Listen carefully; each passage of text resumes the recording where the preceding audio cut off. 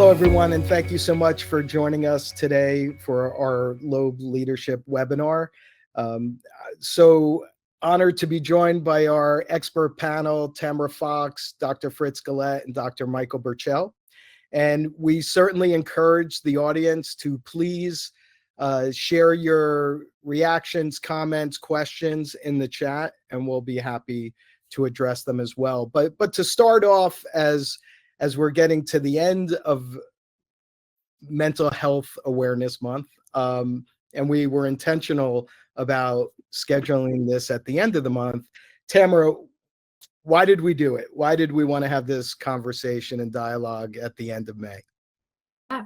So one of the main reasons is we get an influx of organizations that reach out to us and say, hey, it's May, we need a program or we need a training.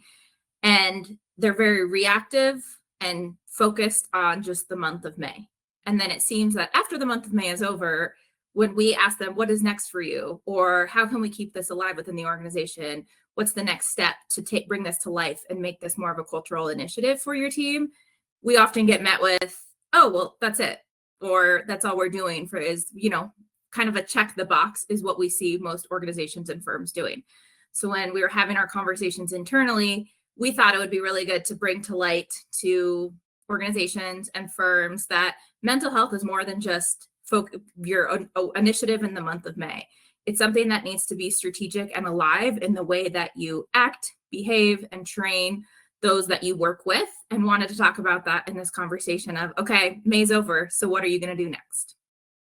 Thank you so much, Tamara. And Michael, if I could pivot to you, we're seeing more and more in the media, in the workplace, that there's a mental health crisis. And many of our clients are in the legal profession, professional services, and it's at an epidemic rate. How would you characterize the current state of mental health generally, but particularly in the workplace?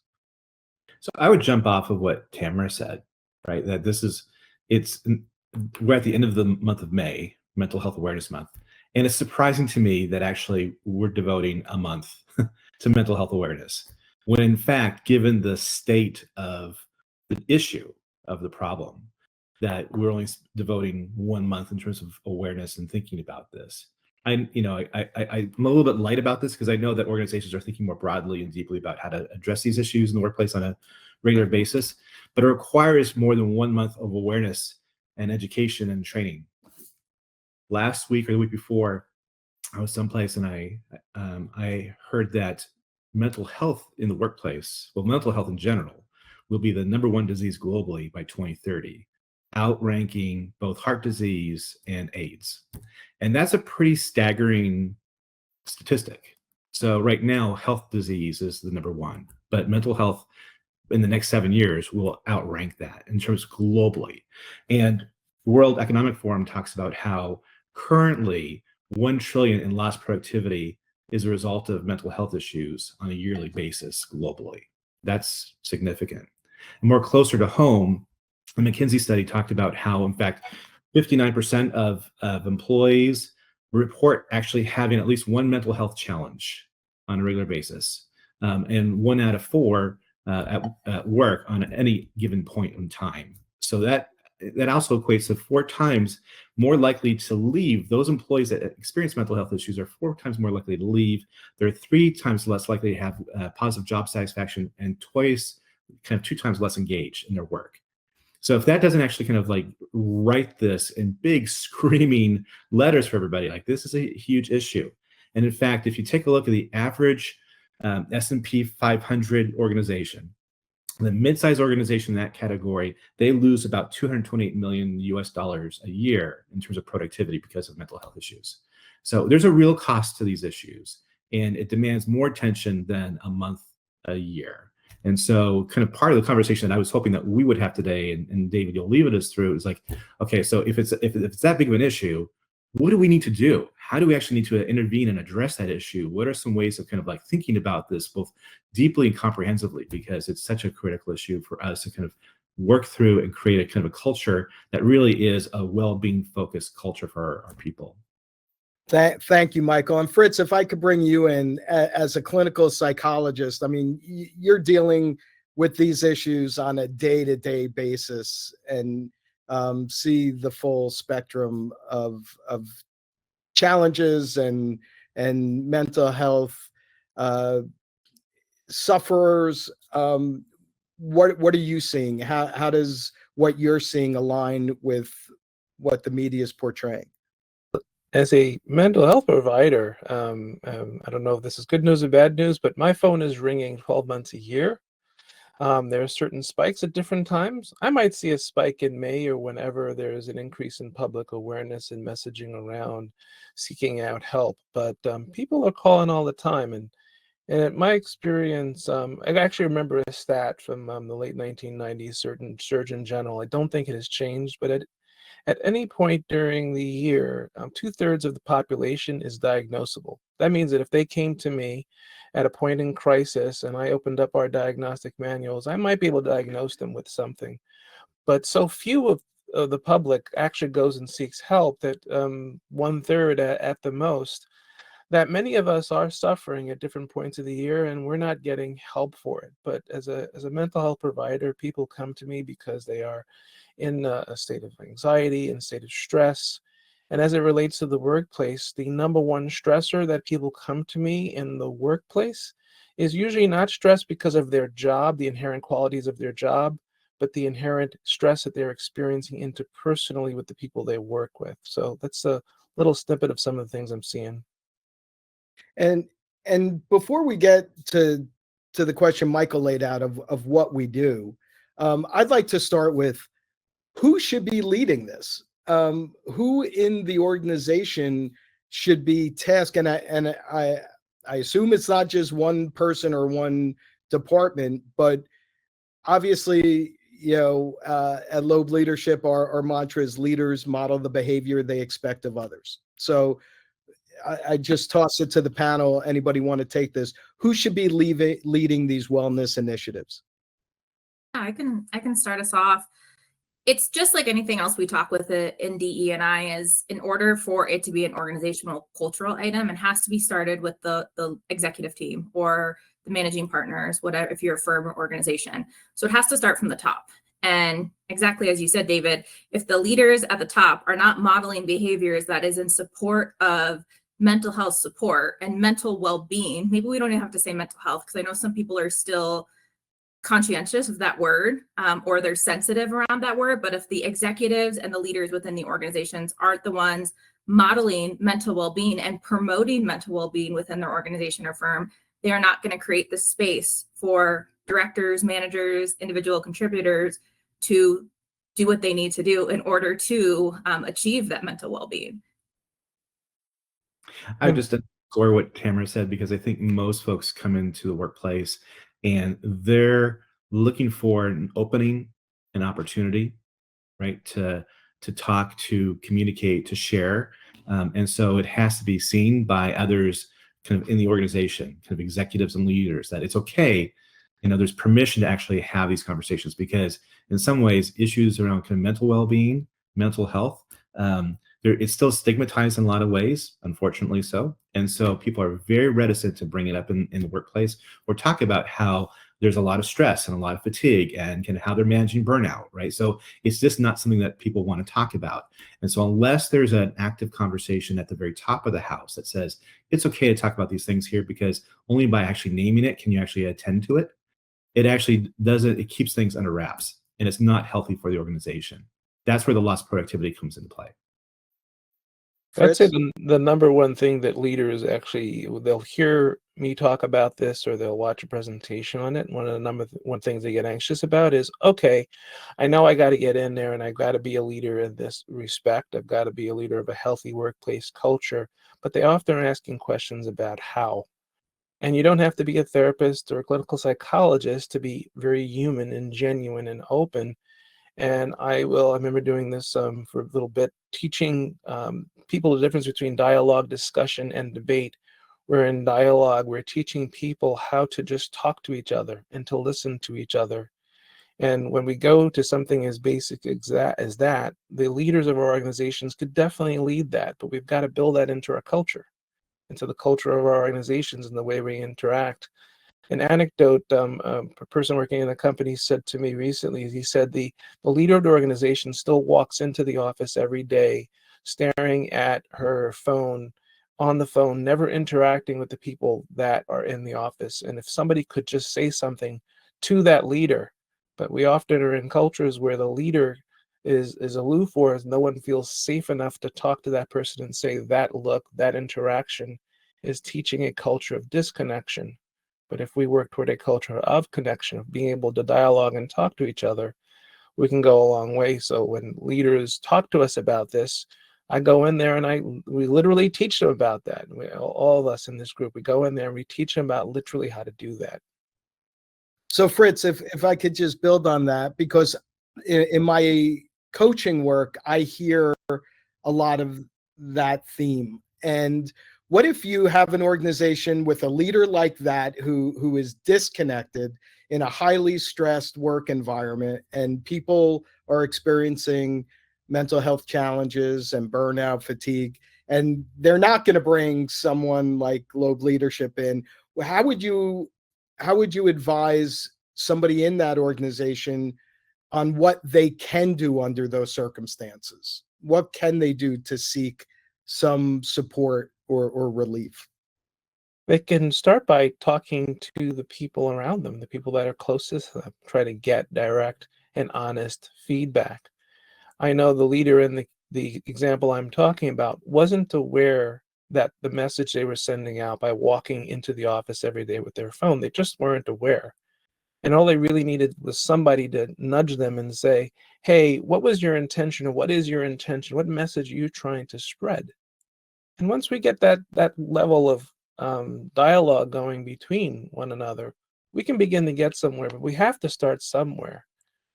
What happens a lot is that we're too afraid to start these conversations. Those are the panic calls I get, is I'm about to do this difficult conversation thing, and I ask them, well, what have you done in the past?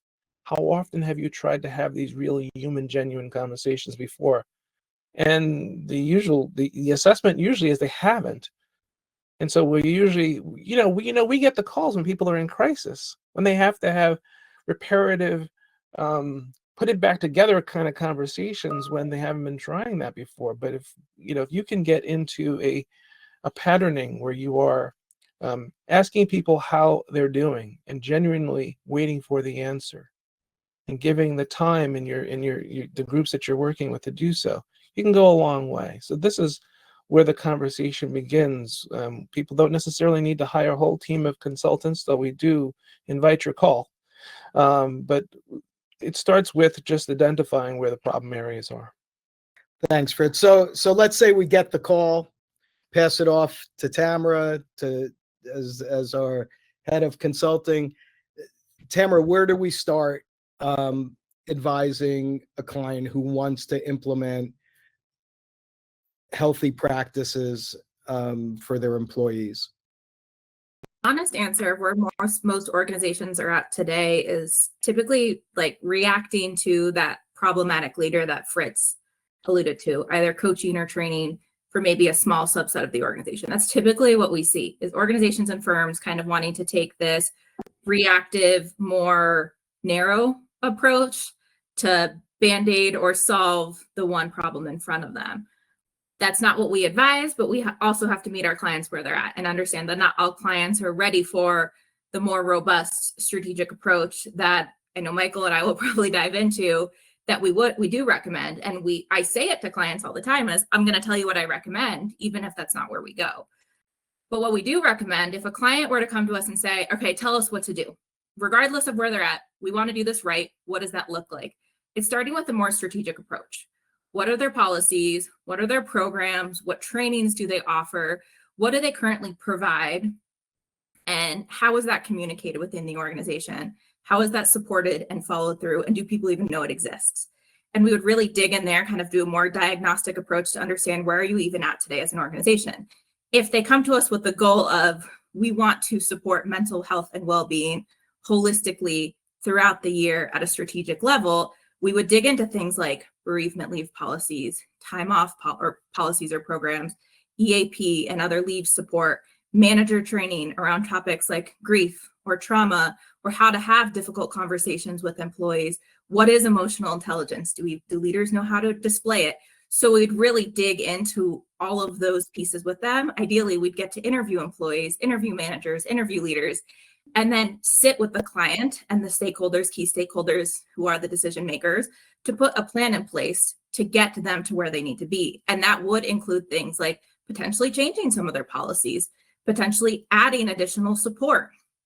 9 times out of 10, I'd actually say probably more than that, 99% of the time, the biggest bulk of what we have to do is train managers and leaders.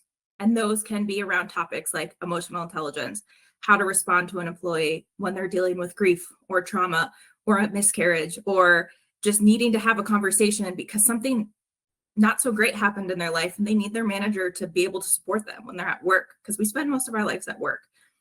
So that's when organizations do come to us, that's what we hope they'll work with us to achieve. We understand and recognize that not all organizations are there yet. I know law firms are very change resistant. I've had this conversation with a lot of HR leaders and managing partners in law firms of, I understand HR or law firms are change resistant, but that doesn't mean they have to be. And I actually have a few HR leaders I'm working with and managing partners that are trying to change that within the firms they're at. So we understand most organizations want a baby step approach, but if they're ready for that bigger scale strategic approach, that's where we'd like to go. I'd love to toss it to Michael though, because I'm sure he can add a lot more insights there. So I think what Tamara just said, I think is exactly right. So there's kind of our approach at Loeb Leadership in terms of just kind of how we engage with clients around diagnosis and looking holistically at the organization, and then identifying kind of the right kinds of key strategies and tactics to kind of create a well-being, a culture of well-being. And one of the things that I talk about kind of in my most recent book about kind of making work healthy is about kind of recentering well-being in the workplace as an organizing principle. Like that is really, really important. And if we're going to do that, then there's a handful of things that I think most organizations that are kind of people that are listening on this call could attend to straight away, right? So one is, as Tamara mentions, the education piece. For me, it's about both managers, but also employees in general. I don't think people have the language to talk about well-being, let alone mental health and well-being. And so just having the language for people to talk about that, what is it? What are we talking about exactly? And how do I understand that? And for managers, to Tamara's point, like how am I able to assess and diagnose, not diagnose, that's not the right word, but understand kind of where people might be coming from and how to attend to that, right? So I think that education part is super important. And for leaders to be able to model behaviors that reflect the kind of culture that they want to create. Because at the end of the day, what we know is that leaders are the centerpiece. They create an experience that employees have. That experience is what then creates culture, and culture then drives performance. That's the arc, right? So if you actually want to have a different kind of sense of performance in the organization, where there's a high level of trust, there's a high level of engagement, people feel connected and working towards certain things, then you have to start off with leaders, and leaders create that experience for employees. And so then the next piece around that is really kind of like, how do you actually have good practices, good management practices? And again, Tamara just kind of spoke to some of that, but I think we would take a look at broadly and holistically, what are the kinds of things that are happening in the organization? And I think later in the webinar, we'll talk about some examples of kind of interesting kinds of practices, but we would take a look at what's the current state and what's going on, and what do we need to kind of shift and change. Then I think there's kind of this idea about how do we participate in this culture of well-being? What actually is that? And how do we attend to that? So there's different levels and layers of well-being. We actually want to explore that. And so mental health is a centerpiece of that, because if you can't attend to that, that's where the stress, that's where the burnout, that's where the fatigue comes from. You don't get very much else in terms of well-being. It's really hard to kind of show up and have physical well-being if your mental well-being is not there. It's really hard to have spiritual well-being if your mental well-being and mental health are not there. So that's kind of the key focus of that. And then focus on kind of stress management and kind of managing those kinds of things in the organization. What are some policies and practices that will support that? And then finally, how do you kind of create a community of trust? How do you support that kind of a larger sense of kind of we're in this together, and we're gonna be able to attend to each other in a way that actually unleashes people's potential? So when we're able to do that, that's where the culture drives performance, that part of that equation. And so I think for us at Loeb Leadership, it's really kind of thinking about all of that in a holistic way. Thank you, Michael. Fritz, do you want to add anything to that dialogue?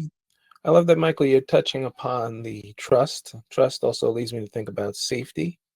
And a lot of what we're talking about in terms of an arc is we can understand it intellectually and logically, but in a lot of organizations, there is low trust, there is low safety. And from my anecdote before, people did not feel safe or trustworthy enough to go and tell a leader about themselves. We generally don't feel that in workplaces. And so in order to really engage in the cultural change process, we also have to take a look at what the culture is already in terms of whether we feel safe to make those changes. Often we are called by inspired and motivated sponsors who do call us in to do this work. But often a lot of our work beyond just examining what the issue is and diagnosing it or really understanding what's going on there, but is working through the resistance and the reticence there may be to change. And often that comes from the space, the workspace, not being very safe or trustworthy for change. Thank you, Fritz. So what you described, it seems like an involved process, okay, that involves a lot of different layers of the organization. And sometimes organizations and law firms, it could be very bureaucratic. There could be meetings on top of meetings on top of meetings. Is there any low-hanging fruit, things that can be implemented fairly rapidly with that, that can streamline the process that you would advise a client to implement? I think it depends on the approach they want to take. So when clients say to us like, oh, well, we don't have the time for that, or nobody has the capacity for that right now, I'll ask the question of, do you want to do things quick or do you want to do things right? Because yes, you can, there is low-hanging fruit, and I'll get to it in a second. There are things you can do. There's always small steps you can take to make change. But let's say, for example, they say, okay, we just want this group of 5 managers to get trained, or 15 managers to get trained on how to have emotional intelligence and create psychological safety for their team. That's great. So that means a small subset of your organization or your firm is going to potentially be implementing behaviors that would create that. But if their employees get transferred to a different team, or their leader above them enforces something that prohibits them from promoting mental health and well-being, then that initiative was a waste of time, money, and effort for the organization or firm. So when organizations do come to us and say like, hey, what can we, like, what's a low-hanging fruit? I would say the lowest hanging fruit would be at least give all of your managers, including the executive team, 1 training. If that's all you can do right now, start with just 1 training. Let's move the needle in one small way for every single manager and people leader within your organization. And if that's all you can do, that's a great place to start. Michael? I'm not sure that I would add anything, David, honestly, because I think that's exactly the right place to start. Like, I think the low-hanging fruit is starting the conversation. That's the low. Start the conversation, and if you can do the training, then that would be really significant, because I do think that managers and leaders need to understand kind of what it is and how to think about it and how to approach it, because those may be tools and that they don't necessarily have. Right now, kind of the go-to version for most organizations is, well, talk with HR, or, we have the EAP. Here's a number to EAP, go call them, right? That is just not where you want to be. That's not where you want to be. So I do think that there's a different way of reframing this conversation and helping managers and leaders kind of get their arms around it in a much more smart, kind of clear way. And then I think there's other things that, you can begin kind of do that's kind of also low-hanging fruit around helping people kind of manage their stress, right? And kind of the workload. You don't need to do, a big job redesign is a bigger ask, right? Like, let's go ahead and redesign everybody's job. Like, that's a big ask. But there's other things you can do around kind of how people manage stress and how people manage kind of fatigue, and actually having indicators around how are people ready to burn out. Like, there's some low kinds of level things that you can do to begin to assess the current place and make movement. And then as Tamara mentioned before, there's a lot that you can do if you really want to lean in and create a culture of well-being. Go back Thank just you. to the manager piece too quickly. The reason, for those that don't know, I think one of the reasons that we so focus on managers and leaders, as Michael said before, like they're kind of the center of culture, but also it's the number one reason why people leave jobs. So it's been the number one reason for years, but it is still the number one reason why somebody leaves an organization is due to their manager. So as Michael was saying before, if their manager reacts to them in a way, like even if it's not something as big as like a large life-changing event happened to that person, like a grief or a trauma, it just maybe somebody needs to go to a therapy appointment, or they need to have time with their coach, or they need to work out or go for a walk or read a book, like anything that's in support of their mental health and well-being. If that employee can't ask their manager for that, or tell their manager, hey, I need this hour to go do this, or I need this 30 minutes to go do this, or I need to come in 30 minutes late for this. If the manager doesn't create that space for the employer, reacts in a way that makes the employee feel like, oh, I have to talk to HR and I can't talk to my manager, the employee's not going to feel, to what Fritz said earlier, safe there. They're not going to feel that their manager is in support of their mental health and well-being. Again, it doesn't have to be on the more catastrophic scale that we've spoken to of diagnoses or things that you need that extra layer of support from folks like Fritz. It can just be the management piece, which is truly the most important, because all of our mental health and well-being is something we have to take care of year-round and daily, because if we don't, we will have to have more drastic measures that we'll have to take in place, which will require more time away from work. Thank you, Fritz.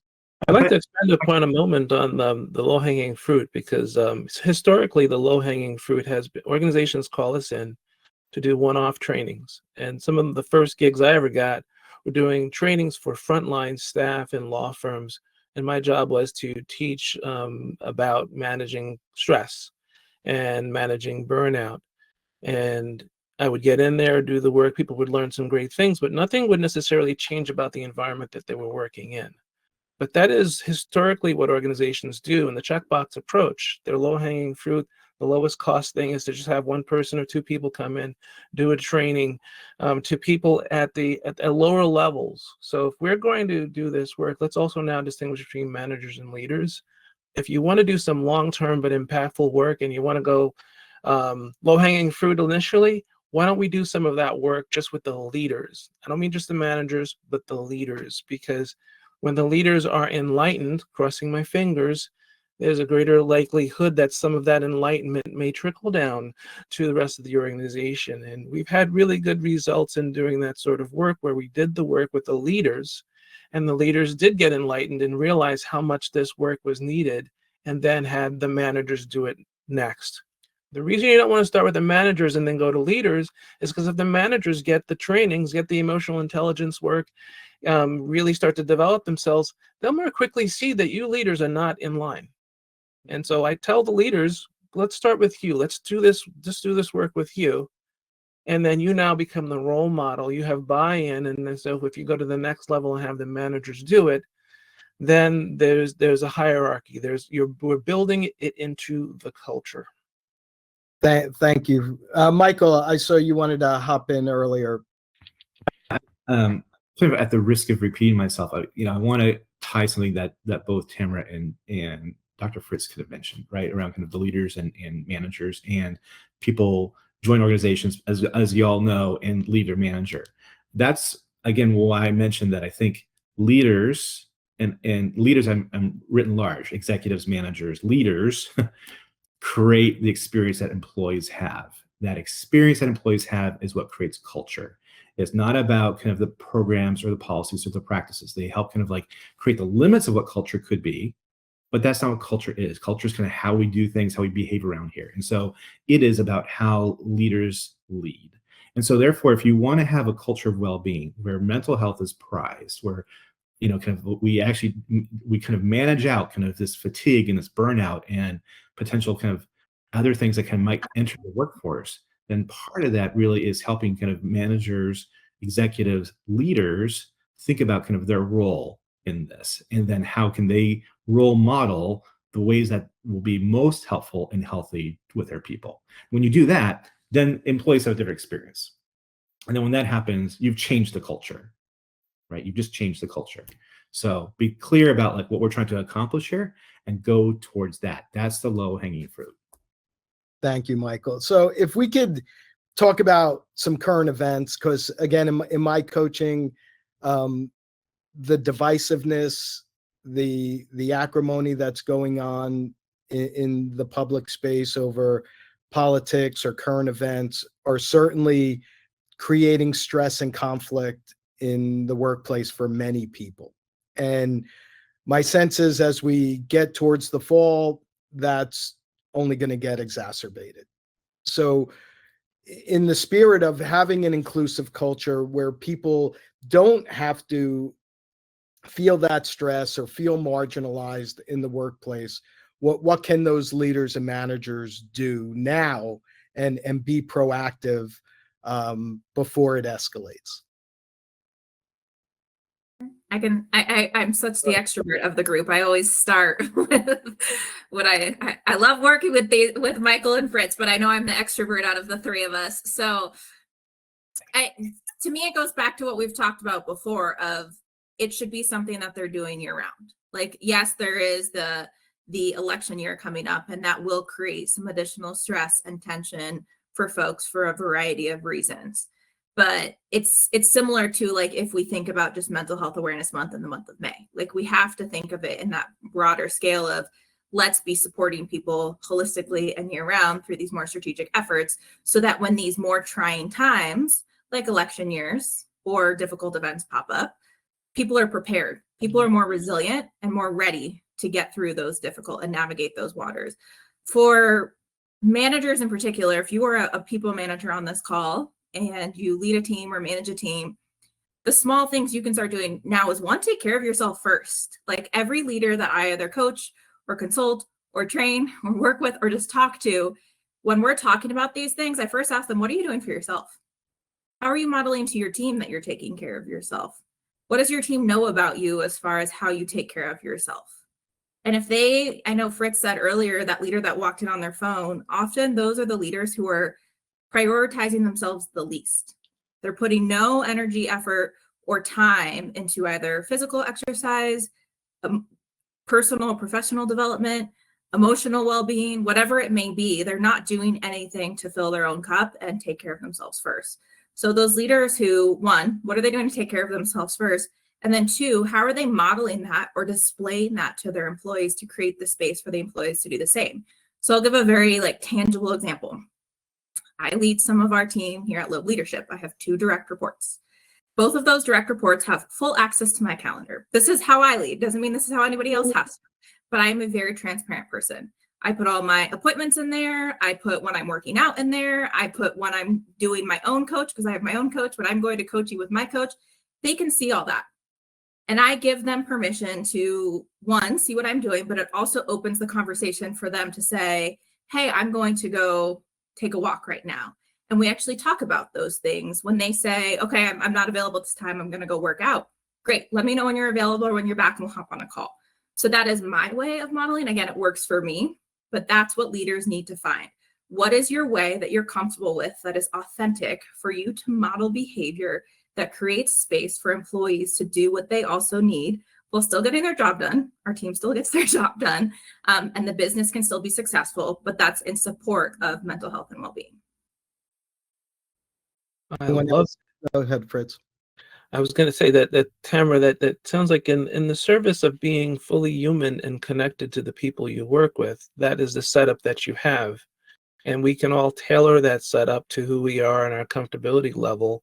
But I'm always an advocate of some level of connection and engagement. Doesn't have to be deeply, deeply personal, but it has to be connected enough so that during the course of a year, you're taking care of yourself and aware of what's happening in your own life and how it's affecting you. And then you're also having a clue about how what's happening in the world is affecting other people. There's been numerous times right before I go into an engagement that I just do a brief review of what's happening in the world, because sometimes I'm about to do something on, let's say, emotional intelligence, but something happened in the world that might be affecting a segment of the population I'm about to be teaching to. And so usually by scanning the news and making sure I know what's happening in the world, even if it's an audience that I've never met before I begin, I check in and I ask people, where are they at? I don't go specifically with what's happening in the world, but I might just, hey, take a moment to just check in and allow yourself to notice what might be going on with you or what's happening in your world. And that has paid dividends many times, because had I launched into my content without paying attention to what might have been affecting people in the room, I would have been talking to distracted people who felt like I was insensitive. And so as a leader, as a manager, as a human, the goal would be year-round to have that level of awareness of what's going on with the people that are around you, to an appropriate and professional level, but yes, awareness. Thank you so much, Fritz. Michael, if I could bring you in on, given your consulting background, and we were both at the Great Place to Work conference a couple weeks ago, and I attended a couple of sessions that were heavily focused on employee resource groups. And there were some wellness and mental health ERGs that were highly successful. And you have so much experience helping establish these groups within an organization and helping them program and recruit and thrive. What role do you see ERGs playing in the well-being effort? That's a nice setup. I mean, ERGs actually can be a phenomenal resource for employees in two ways, right? So one is you could actually do a well-being ERG. People who are interested and want to be able to engage in these issues substantively, they can come together, right?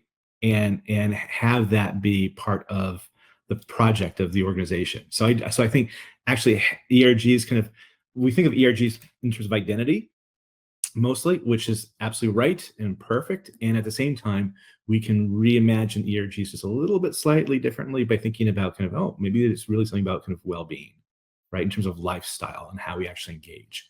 The second thing is that there's a lot of organizations now that have a wellness or well-being coordinator or advocate that really understand and appreciate and respect kind of the subtleties and the complexities if you are a person of color, if you're Latinx, or if you're African American or Black, right? Or if you're Asian American, or if you're a female leader, right? And being able to attend to those different issues and providing that kind of context and support.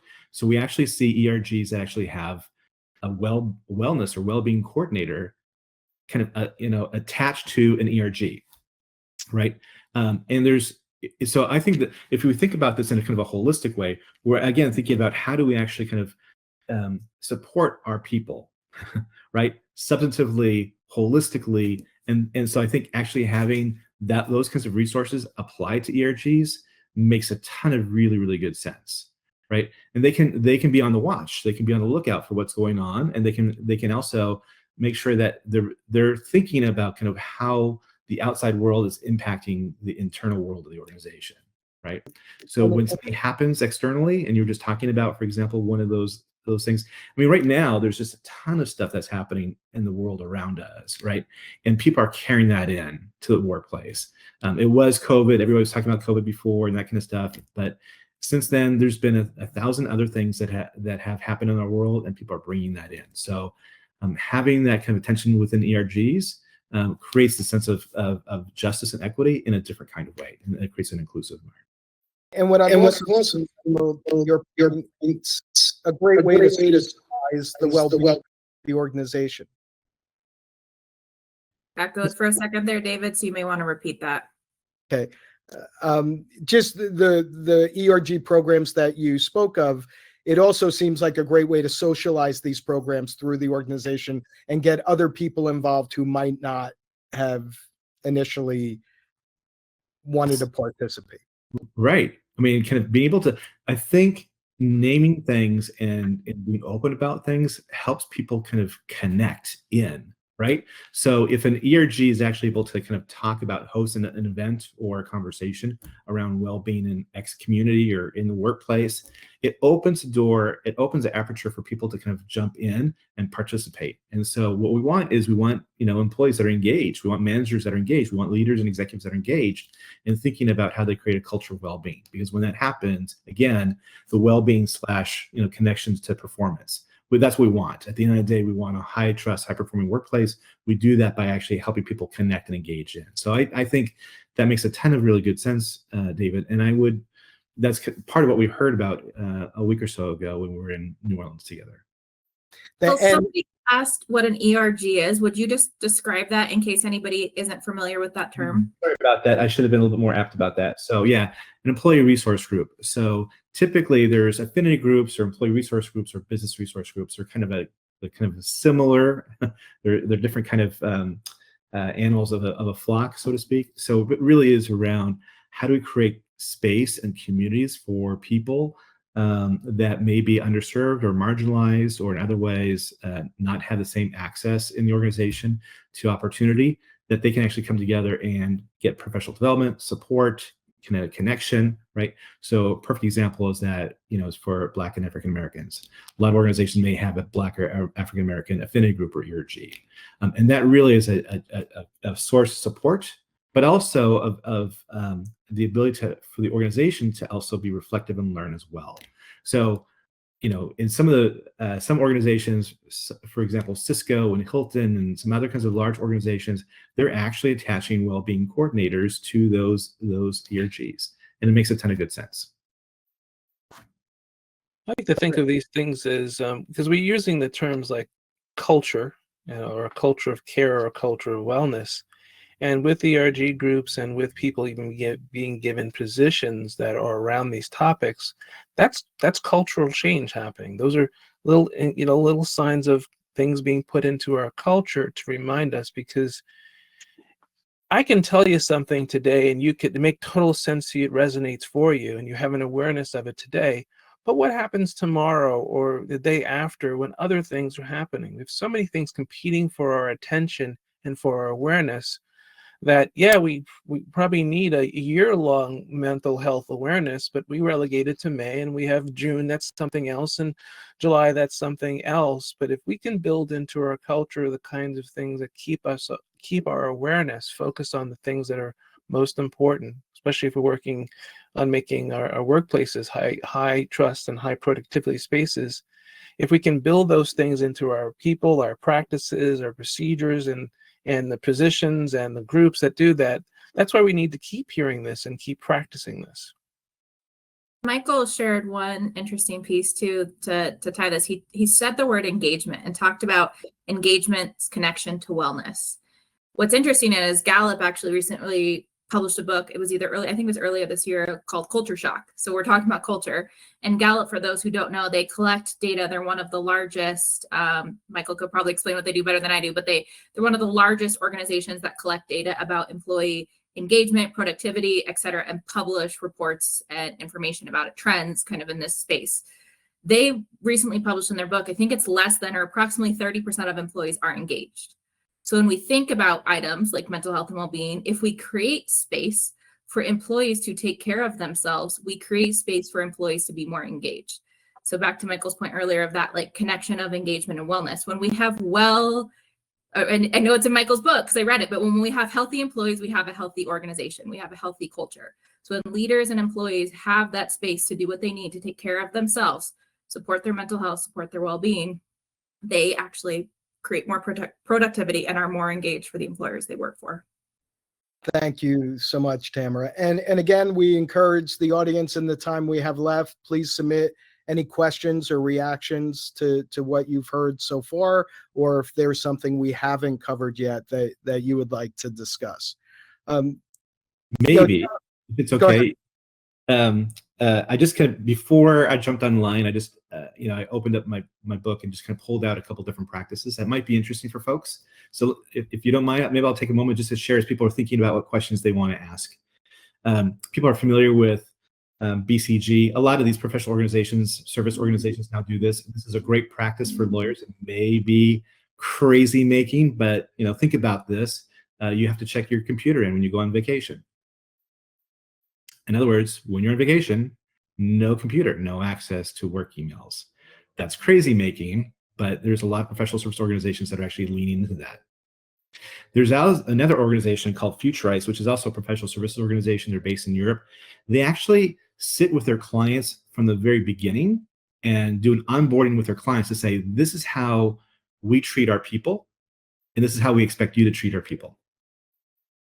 And within that context, they talk about kind of this issue of around well-being, appropriate hours, engagement. What does that look like? How do we communicate, right? So it's not simply, kind of whatever the client demands or the customer demands, but it's about how we want to be, right? Kind of how do we want to represent ourselves? And it's been interesting because they will sometimes fire clients if it's not working out. The level of interest and actually productivity has skyrocketed for employees, number one. Number two, the earned respect that they have of their clients, and therefore greater pocket, kind of greater investment into Futurize has increased. So they actually have gotten more out of it by being super clear upfront. We talked about kind of advocates for ERGs. There's always there's one organization I read about actually has this workplace adjustment passport. So we all need different things at different times in our lives. And so to actually have a passport of sorts where you actually can say, here's kind of what I need to be my most effective, right? You work it out with your manager, they understand that. And if you change jobs or teams, you can also then present that passport to the next team manager or to the different project leader, right? So it's actually a kind of a portable way of actually kind of being clear. And that way, team leaders or managers, they don't need to have a huge conversation with you, but they understand based upon the passport, like, oh, this is what we need to do to support David. So there's just a couple examples of lots of different things that organizations do to really create a way in which people feel more engaged, as Tamara mentioned, more connected, and a greater sense of wellness and well-being. Michael, I know when we spoke earlier this week, you too mentioned about an organization you've worked with that had health and wellness coaches or wellness coaches for employees. And as a health and wellness coach, like I cannot support that more. So I don't know if that's another tip. Yeah. So thank you for mentioning that, Tamara. So an organization that's actually based in Lincoln, Nebraska called Lincoln Plating. If anybody's familiar with Lincoln Plating, they're phenomenal. They're a great workplace. They actually provide kind of the chrome plating for Harley Davidson motorcycles. If people are familiar with Harley Davidson, which is also a really cool place to work. In any event, Lincoln Plating actually has wellness health coaches and coordinators. And so every employee has a performance review, but part of their performance review is, did you actually meet your expectations in terms of actually work product, but how are you doing in terms of your health? Your mental health, your emotional health, your physical health, and everybody has goals. They have KPIs in terms of their work. They also have goals in terms of their well-being. And you have to establish those, and then you have quarterly reviews, both with your manager and the wealth or health coordinator, right? So they've created this culture around health and well-being, and so you'd have different goals, whether it's smoking cessation or whatever you want, right?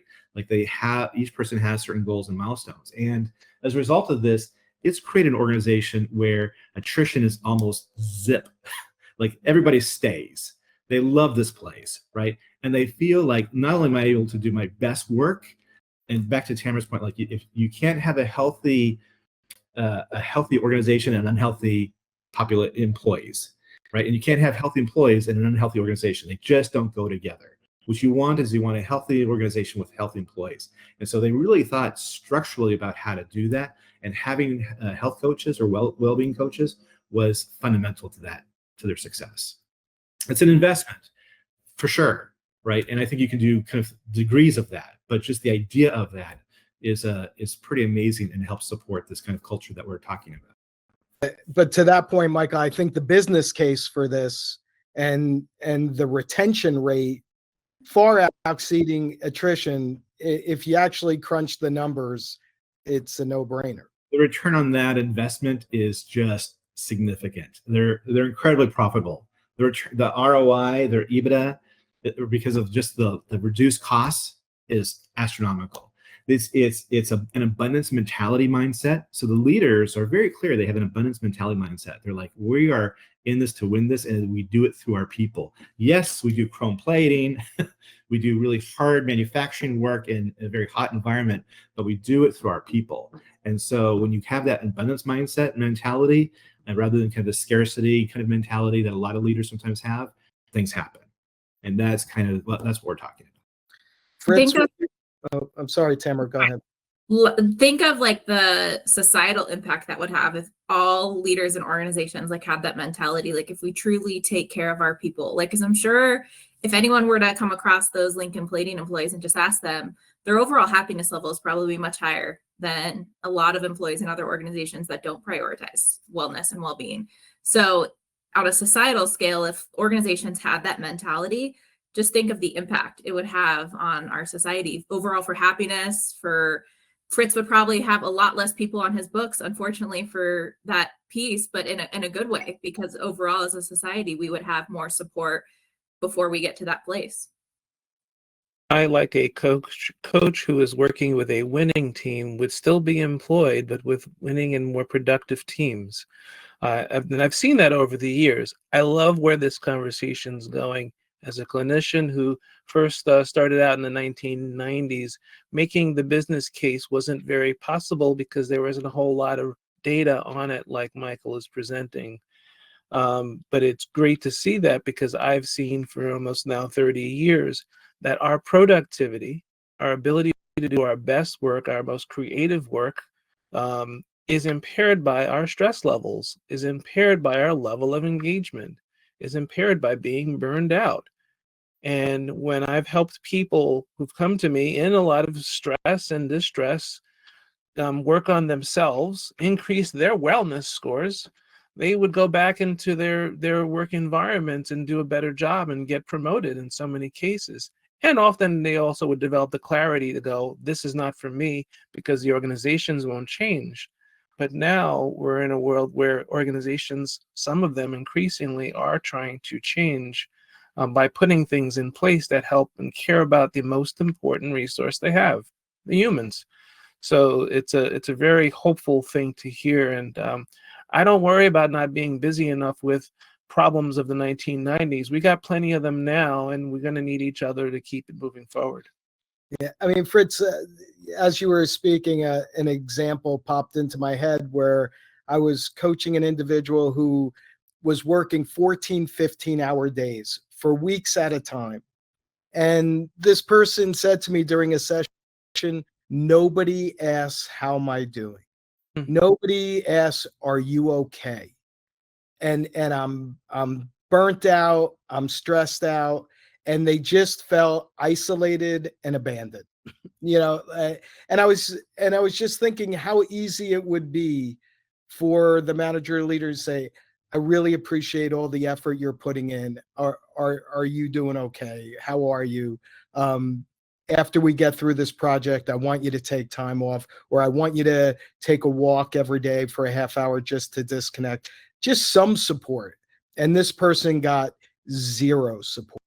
But in the instances where an employee in that critical point got the support they did need, or just got the recognition, there's so many people that would have quit the job or left the industry. But if they had gotten that intervention you just mentioned, we might save that from happening. And so it's not the low-hanging fruit. Sometimes is as simple just noticing one another and engaging one another. It doesn't have to be as grand as a whole engagement. It can be something as simple as a leader that's listening right now, looking for somebody around them to begin to have that kind of interaction with, and you'll see some return on investment, relational investment, by doing so. We've seen the other examples of so many times that not being done. Yeah, in many cases, the manager or leader exacerbates it instead of trying to help alleviate it. Often it's too, the manager is uncomfortable approaching the conversation. Like, that's the biggest thing I've found working with managers and leaders, is they're uncomfortable talking about a variety of topics, even as simple as like how an employee is doing, how they're managing their workload, how they're managing stress.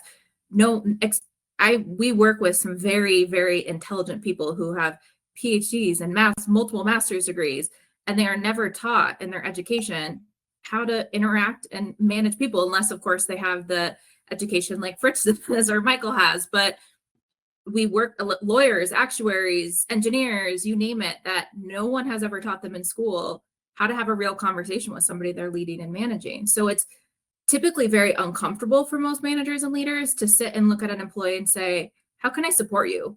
what do you need from me as your leader in order to be more effective? Or just what do you need from me as your leader? And then let them fill in the blank. That's really awkward and uncomfortable for most leaders. So I do want to acknowledge that. Like, if you feel that what we're saying, you're like, I hear what you're saying and I recognize it and I get it, but I don't know how to do that yet. And that feels weird to me. That's okay. Like, you are not alone in that uncomfortability. It's actually majority of the managers and leaders we work with. But any small steps you can start taking to even start having those conversations with your team or your peers of, what do you need from me to be a better teammate? What do you need from me to be a better leader or manager? That will start to open the door for this connection that Fritz is talking about. Michael, you want to add anything? And so just as we're coming up on time, I do want to talk about a topic that we've discussed in prior wellness webinars on other platforms. But Tamara, specifically around the bereavement policy. Again, I hate to say bereavement policy is low-hanging fruit, but just analyzing policies in place around who it applies to, what relationships are included. Just this one policy in organizations could make a significant difference. And if you could start us off on this topic. Okay, 4 minutes, and I will try and make this as succinct as possible because I talked about this for over an hour the other week. Yeah. The shortest way I can say this is there's only two things in life that are inevitable: being born and dying. And 1 in 4 employees is grieving at any given time. So on this call, I know I can say I'm grieving. I've experienced 9 deaths in the last 9 years. I'm grieving. So with that, most organizations, the average organization offers 3 to 5 days of bereavement leave for specific deaths. This is, again, average. So I'm sure there's some people on this call who have much greater, richer policies than this, and some who have not at all. So I recognize that. But on average, that 3 to 5 days covers immediate family, and sometimes that's it. Sometimes we see aunts and uncles, grandparents, but sometimes it's just as simple as immediate family. What the issue with that is, kind of at a larger scale, is it doesn't have employers take into consideration, okay, after that person has attended the funeral and their bereavement leave has ended, their grief has not. So I always use myself as an example. I've shared this before in some of the stuff we've done. 2 years ago, one of my brothers was killed in a car accident. He was 25 years old when he was killed in a car accident. That is not something you expect to happen at that age. My grief will probably never end. My need for support for that will probably never end. That doesn't mean I need months and weeks of time off, but that means I need a day here or a day there. The anniversary of his death, for example, that's not included in bereavement leave policies. His birthday, not included in bereavement leave policies. An afternoon when my grief pops up because a picture of him popped up on my phone, that's not included in bereavement leave policies. So to give kind of a what to do about that, if you have the power to change that, 1, look at your bereavement leave policies, and hopefully it's more than just 3 to 5 days, because in some cultures, they sit Shiva for a week honoring the death, and that doesn't include the funeral. There's other cultures that have to transport bodies. That doesn't include the funeral.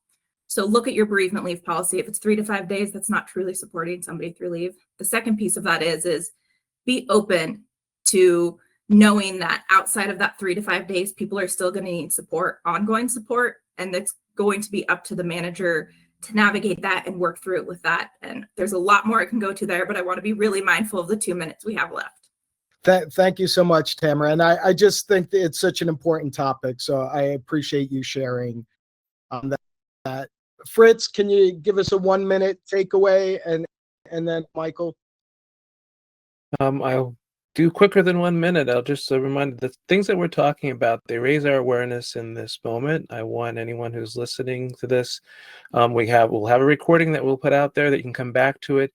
You've got to keep this awareness alive all throughout the year, because we do need to be reminded of that, and that we're here if you want to reach out to us to support you at whatever level of the fruit that you'd like to address. Thank you, Fritz. Michael? Yeah, I really appreciate Tamara's openness and willingness to share. And I think that points out really something very important, and that is the best low-hanging fruit practice from the very first question you asked really is about our ability to be empathetic and flexible. And so if you need help in terms of strategizing what that looks like in your organization, then reach out to Tamara, reach out to Dr. Fritz. I think that's really what's most important. And that's kind of the bottom line for this webinar. Thank you so much, Michael, Tamara, Fritz. Thank you so much to our audience. Please visit us at lobeleadership.com.